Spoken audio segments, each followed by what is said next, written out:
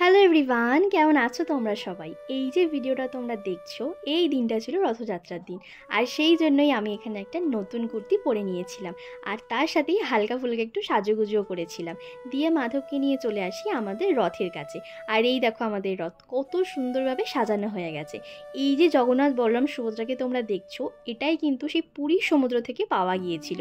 যাই হোক, তো রথে মাধবকেও বসিয়ে দিলাম, দিয়ে আমরা রথ নিয়ে বেরিয়ে পড়লাম। তো ছোটবেলায় তো অনেকবারই রথ চালিয়েছি, কিন্তু বড় হয়েও যে সেই আনন্দটাই আবার ফিরে পাবো কখনো ভাবিইনি। সত্যি কথা বলতে আমরা সবাই অনেক অনেক আনন্দ করতে করতে জগন্নাথ দেবকে তার মাসির বাড়ি নিয়ে আসি। এখানে এসে একটু খিচুড়ি ভোগ খেয়েছিলাম। তারপরে আমরা বাড়ির দিকে আসার পথে রাস্তার মধ্যে একটা মেলা বসেছিল, যেখানে খুব সুন্দর সুন্দর এরকম মাটির পুতুল বিক্রি হচ্ছিল। আর তার পাশাপাশি আরও অনেক দোকানপাটও বসেছিল, আরও অনেক সুন্দর সুন্দর রথও দেখেছিলাম। আর এটা দেখো, এটা একটা বড় রথ ছিল, এটা দেখার জন্য সবাই কত ভিড় করেছিল।